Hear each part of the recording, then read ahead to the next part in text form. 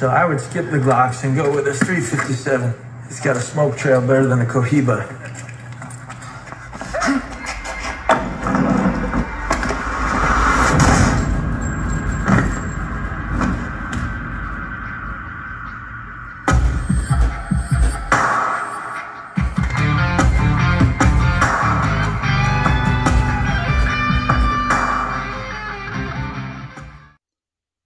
In the rifle hunting world, we often say that a few cartridges that we use punch way above their weight.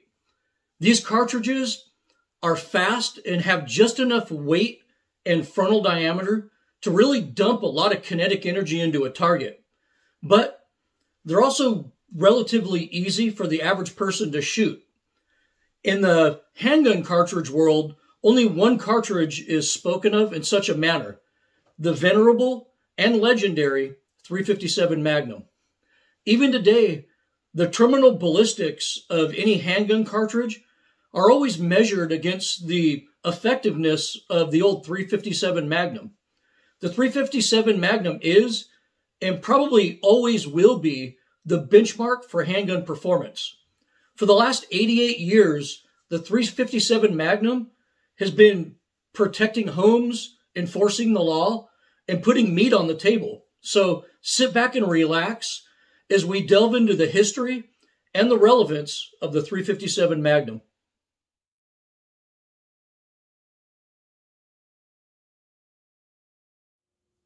Since the mid-1800s, 357 caliber cartridges were the mainstay of military and police sidearms. Even though the 38 Long Colt and its descendant, the 38 Special, are called 38s, they actually fire a 5 caliber bullet. The 38 actually refers to the case diameter, not the bullet. This is basically a throwback to the heeled cartridges that were necessary to convert old 1851 Navy revolvers to metallic cartridges. During and directly after the Prohibition era, the mob was running the streets of big cities. Street warfare at the time, between police and gangsters, consisted of drive-by shootings and dramatic car chases. The police 38 Special revolvers and 45 autos had a difficult time penetrating into cars, so law enforcement was often ineffective during these mob shootouts. The cops needed a better cartridge, so the 357 Magnum was born of violence during an arms race between cops and mobsters on the streets of cities like Chicago and New York. Many romantics in the firearm industry like to give credit for the 357 Magnum to the late, great Elmer Keith. But in truth, Keith had no hand in his final design. While it's true that Keith was working on a cartridge that performed better than the old 3844, he did not develop or invent the 357 Magnum, as a lot of people believe. The 357 Magnum was designed and birthed behind closed doors at Smith & Wesson. Philip Sharp was the actual creator of the 357 Magnum as we know it today, under the strict supervision of Daniel Wesson. Philip Sharp even improved upon the Keith bullet design and developed a bullet known as the Sharp bullet for the 357 Magnum. Smith & Wesson's sole purpose for the development of the 357 Magnum was to dominate the law enforcement market. Wisely, the designers of the 357 Magnum made sure that standard 38 Special rounds could still be used in 357 Magnum revolvers. When the design was finalized, Winchester was contracted to make the ammunition for it. In 1935, Smith & Wesson began selling an end-frame revolver chambered in 357 Magnum. It was referred to as the registered Magnum because every owner received a registration certificate with that new handgun. And believe it or not, J. Edgar Hoover, the director of the FBI, got the first one. The 357 Magnum was instantly popular among law enforcement agencies and civilians. These revolvers were in such high demand that Smith & Wesson was severely backlogged through the first 4 years of production. Eventually, Smith & Wesson dropped the name registered Magnum and started to mass produce revolvers as Model 27s. The performance of the .357 Magnum on the street was an instant hit.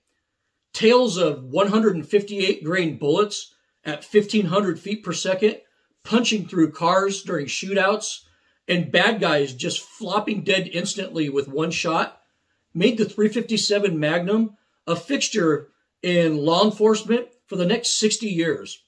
Eventually, though, the 125 grain bullets were found to be kind of the sweet spot for the .357 Magnum. The only reason that the .357 Magnum eventually fell from favor was the proliferation of high-capacity semi-auto pistols in the 1990s. But even at that, law enforcement is still trying to replicate the performance of the old .357 Magnum. You're probably wondering why, when you bought a box of 158 grain .357 ammo back in around 1992, it had a velocity of 1,550 feet per second. But most of those 158 grain loads today are only going 1,300 feet per second. And that confuses a lot of people. But this is because in the mid-1990s, SAMI actually reduced the maximum pressure specs for the .357 Magnum by 20%. Most old cartridges get higher pressure ratings in newer guns, but just the opposite happened with the .357 Magnum.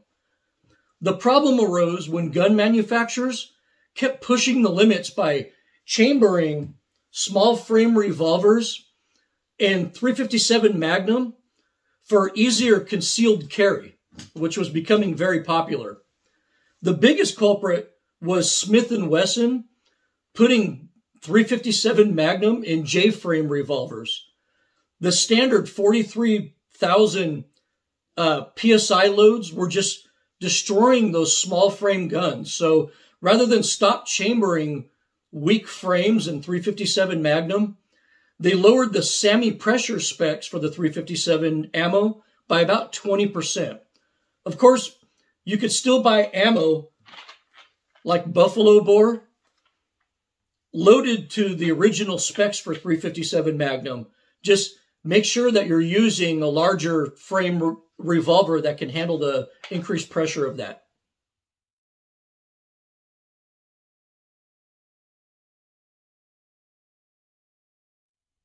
The real-world performance of the .357 Magnum is not hype or the product of advertising like you see with most modern cartridges. The 88-year history of the .357 Magnum is written in blood. The performance that the .357 Magnum delivers, while still being easy for the user to shoot, can't be denied or downplayed, and really hasn't been replicated with a modern semi-auto. As bullet construction became a little bit better, most police departments moved from the 158 grain loads to the faster 125 grain bullet.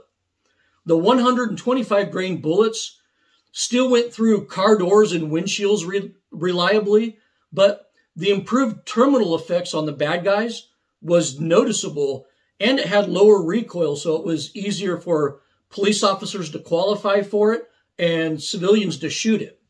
These 125 grain lightning bolts just became legendary. With amazing results on the street, and after Dr. Fackler's research, the 125 grain .357 Magnum load was forever referred to as the man-stopper. Basically, I stated in a previous chapter that law enforcement is trying to chase the performance of the .357 Magnum, but they want to do it in a semi-auto pistol. Here's a chart to demonstrate what they've done. This chart represents various carry loads, both standard and some hot loads for reference. I also threw in the .44 Magnum down here so you could see the huge step up in power and in recoil. The .44 is the point where you get rifle recoil in a handgun. So, you know, some might say it really doesn't belong in this comparison of carry guns. But, you know, I know a few people who actually carry 44 Magnum snub-nose revolvers. So, you know, most people think that's not very practical, but he does it anyways. And I added for nothing else, I added it to this chart so you could see the huge step up from your standard carry cartridges. But this chart references 2 points, or reinforces 2 points. First of all, a semi-auto for carry can't touch the 357 Magnum until you get to the 10 millimeter. And even at that, you could still load the 357 Magnum to easily surpass the 10 millimeter. And if sectional density is important to you, the 357 Magnum with those 180 grain loads are super impressive. In fact, the 357 will usually outpenetrate the 10 millimeter. So as hard as they've tried to pack 357 Magnum performance in a semi-auto pistol, it's just not going to happen. And that brings us to point number 2, where I'll explain why semi-autos have these limitations. You can't shoot or carry a handgun comfortably without a well-fitting grip or stock. On a revolver, you have these super comfortable form-fitting grips because the design allows it. Rounds are stored in the cylinder rather than a magazine inside the grip. So a revolver cartridge can be as big as you want without affecting the user's grip. With big cases like the 357 Magnum, you have enough powder capacity to customize your loads for light power or extreme power. Revolver cartridges are pretty much the only handgun cartridges I reload these days because they're the only handgun cartridges that really benefit from it. Now let's look at your typical semi-auto pistol. Cartridges are loaded into a magazine, which is placed inside the grip. You can't put really long cartridges in a gun like this and keep it ergonomic because the grip would have to be extremely big and the pistol would be ridiculously heavy. Now look at this Desert Eagle chambered in 44 Magnum. The grip on this is just so big and fat that most people just can't shoot this thing. I mean, I have big hands and I have to adjust my grip all over the place after each shot.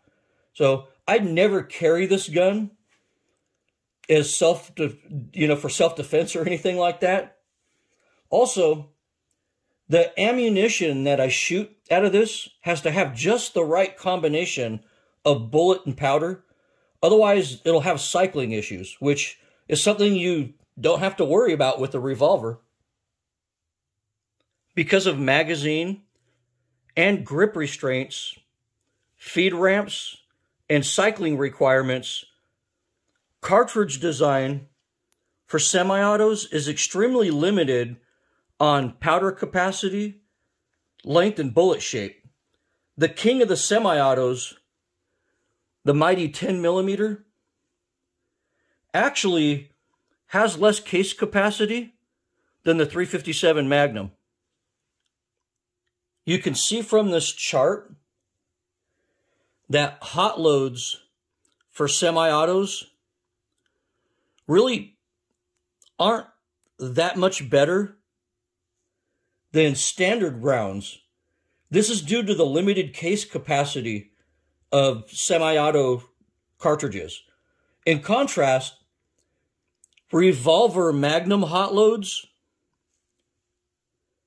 are way above standard loads due to all that extra case capacity.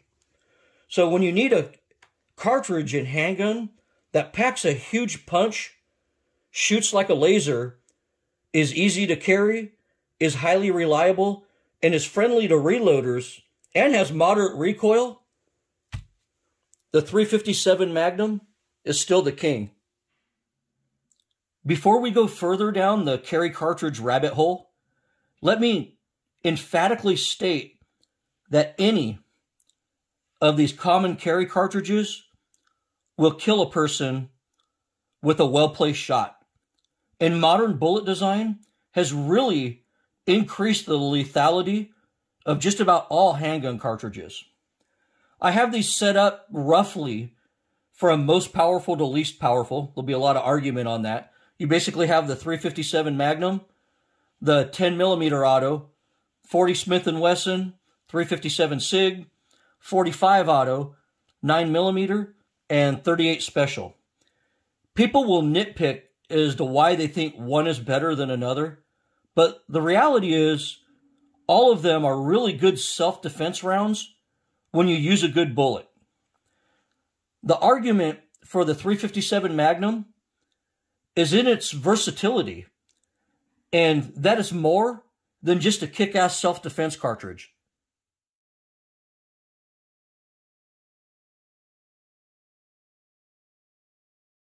The 357 Magnum has been used for hunting and for animal protection since its inception.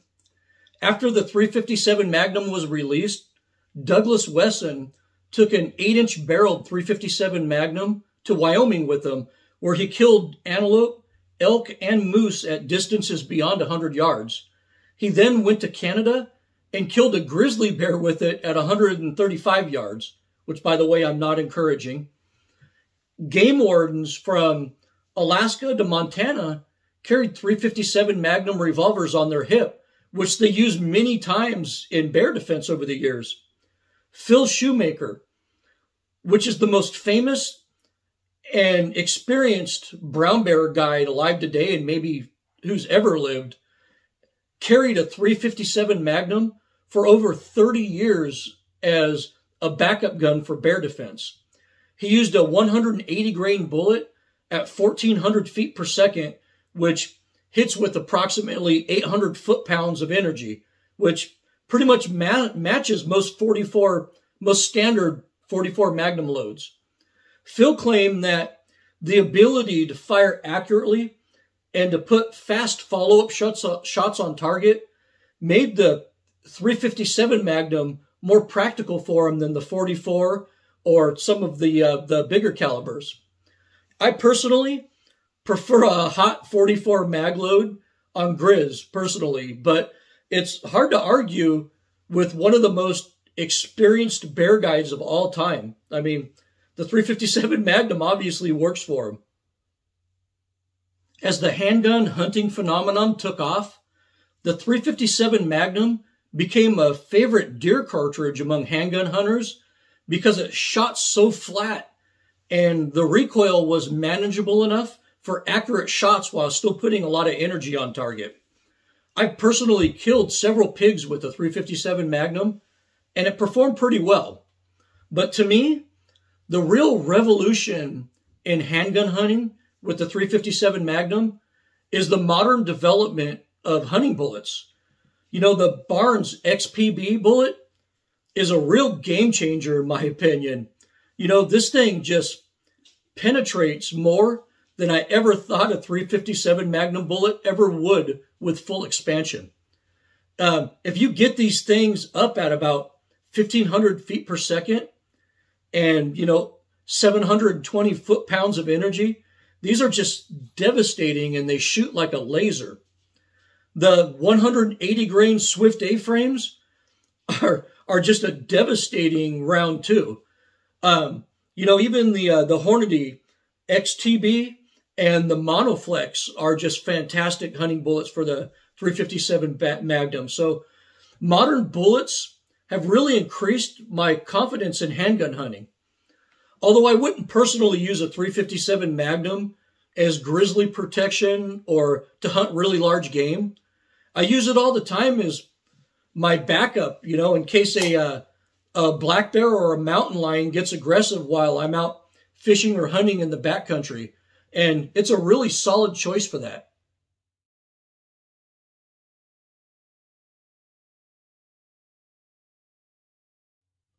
So where does this 88-year-old cartridge fit in our modern age of high-tech loads and cheap semi-automatic pistols? Is it a relic that needs to just fade into obscurity? Or is it still the king of the carry cartridge? In my opinion, the 357 Magnum is the most versatile handgun cartridge in existence still. If you reload, you could shoot cheap cast bullets all day for plinking and competition, and you can load reduced power loads without worrying about cycling issues like you would with a semi-automatic gun. You can also load huge power levels, often, up above 800 foot-pounds in a 6-inch revolver with this. And the options are just limitless for hand loaders with the 357. If you don't reload, it's still the most versatile handgun cartridge because you could buy cheap, readily available, low recoil 38 special rounds for practice or even self-defense. Then shoot stout 357 Magnum loads out of the same gun to hunt or for self-defense. I mean, you just can't beat the 357 Magnum for versatility. With modern revolvers, like this model 627 right here, I have 8 rounds of potent 357 Magnum at my disposal. And with these moon clips, I can reload this gun in seconds.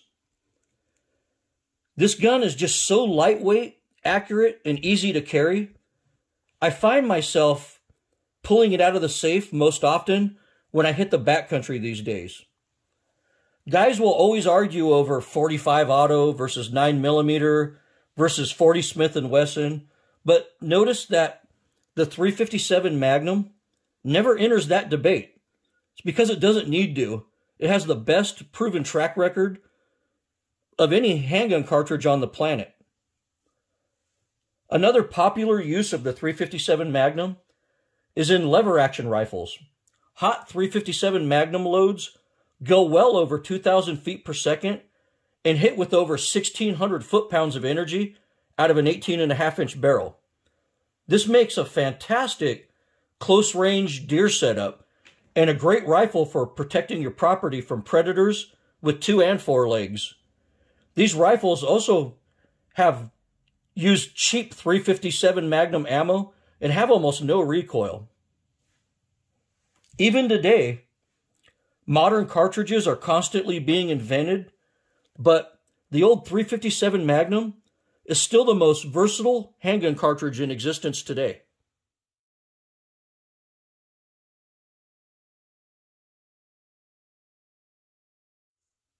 There's only 2 drawbacks to the 357 Magnum.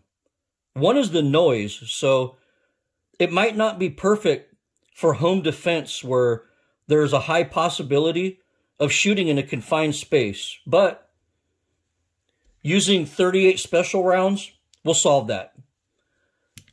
The second drawback is capacity. If you think you need 15 shots to defend yourself or hunt, you aren't going to feel comfortable only having 6 to 8 shots in a revolver. Also, spare magazines are easier to carry than moon clips or speed loaders. There could be a third issue as well, and that's with the revolver platform itself. Some folks just can't adapt to a double action trigger and using a different grip when firing a revolver compared to a semi-auto. So it could be an issue if you haven't trained with a revolver and have no intention of doing so. I actually started with revolvers and moved into semi-autos later on in life. This was actually my first handgun, and it's a real Saturday night special that a family member gave me when I moved out of my parents' house at the age of 18. This thing has been stashed in glove compartments and sat in a nightstand while I slept until I was about 24 years old. My dad and grandpa just loved 357 Magnums. My grandfather was a huge Ruger Blackhawk guy, and this was actually one of his guns. Grandpa was ecstatic when they came out with the new model Blackhawk, and you could tell by the condition of this gun that it's seen a lot of use, and it was carried a great deal. You know, Grandpa wouldn't own anything but a single-action revolver, and he just swore by the Ruger Blackhawk. But my father was a big Smith & Wesson guy, but Dad and Granddad both shared a love for the 357 Magnum. And also, don't forget, there were some crazy companies out there like Kopp that actually made 357 Magnum Derringers for pocket carry. And I love this gun. This is a real conversation piece at the range. But yeah, that shoots 4 shots at 357 Magnum. I did my very first firearm training class with a simple snub-nose revolver, so I'm exceptionally comfortable and competent with a revolver platform. In reality, revolvers are very accurate and easy to shoot once you start training with one. So don't let your fear or lack of experience with the revolver stop you from enjoying the benefits of the 357 Magnum. It's 100% worth it.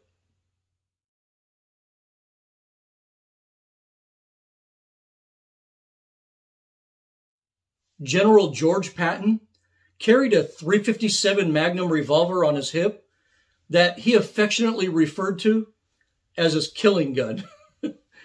As politically incorrect as that sounds, killing is what the 357 Magnum was invented to do. And it has an almost 90-year track record of doing it better than any other handgun carry cartridge that's ever existed.